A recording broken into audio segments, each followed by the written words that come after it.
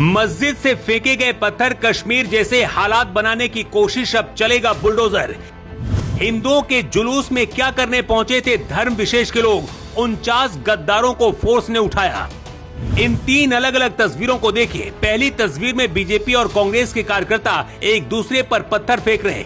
दूसरी तस्वीर जबलपुर की है जहां मंदिर में घुसकर तोड़फोड़ की गई, और तीसरी तस्वीर कर्नाटक की है जहां हिंदू जुलूस में मस्जिदों से पथराव करने का आरोप है।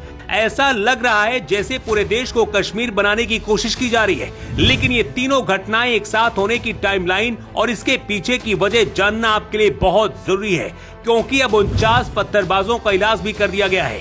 भागकर जो छुपे बैठे हैं उनको भी खोजा जा रहा है। लेकिन पहले आपको बताते हैं कि देश में जगह जगह कांग्रेस और बीजेपी के कार्यकर्ताओं ने एक दूसरे पर क्यों पथराव किया।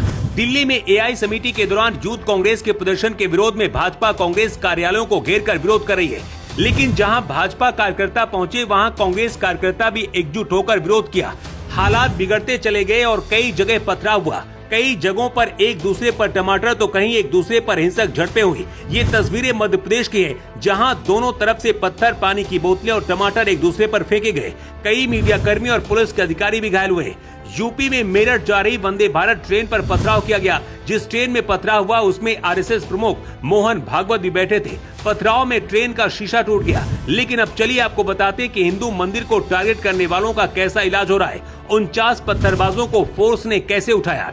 जबलपुर में जहां बवाल हुआ वहां दुर्गा मंदिर और मस्जिद आमने सामने। विवाद तब शुरू हुआ जब मंदिर में आरती और मस्जिद में नमाज का समय टकरा गया। आरती के दौरान मस्जिद के लाउड स्पीकर की आवाज को लेकर कहासुनी हुई। आरोप है विवाद के दौरान मस्जिद की ग्रिल तोड़ दी गई, जिसके बाद दोनों पक्षों के बीच पथराव शुरू हुआ। भीड़ ने दुकानों और वाहनों में भी तोड़फोड़ की। हालात संभालने के लिए पुलिस उतरी और पुलिस ने आंसू गैस के गोले भी छोड़े। अब तक इस मामले में 49 उपद्रवियों को गिरफ्तार किया जा चुका है।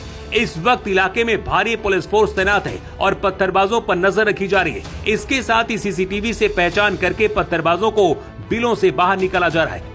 अब कर्नाटक की तस्वीरें देखिए जहां शिवाजी महाराज की जयंती पर मराठा समुदाय ने जुलूस निकाला। जुलूस बसेश्वर सर्कल के बाद वल्लभ भाई चौक से होते हुए किले की ओर बढ़ने लगा। आरोप है कि जुलूस जब वहां पर एक बड़ी मस्जिद के पास पहुंचा तो डीजे की आवाज तेज की गई और वहीं पर रुक कर नारेबाजी करने के आरोप है।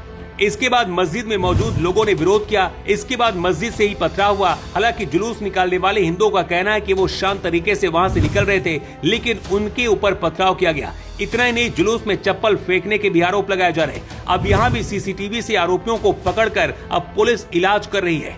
पहले ऐसी तस्वीरें कश्मीर में देखने को मिलती थी, लेकिन अब पूरे देश में ही पत्थरबाज हावी हो रहे हैं। जिन राजनीतिक पार्टियों पर जिम्मेदारी है वो खुद हाथों में पत्थर लिए दिख रहे हैं। ऐसे में चाहे किसी पार्टी का कार्यकर्ता हो या फिर कोई मुस्लिम पत्थरबाज या फिर हिंदू, सबके ऊपर कार्रवाई होनी चाहिए।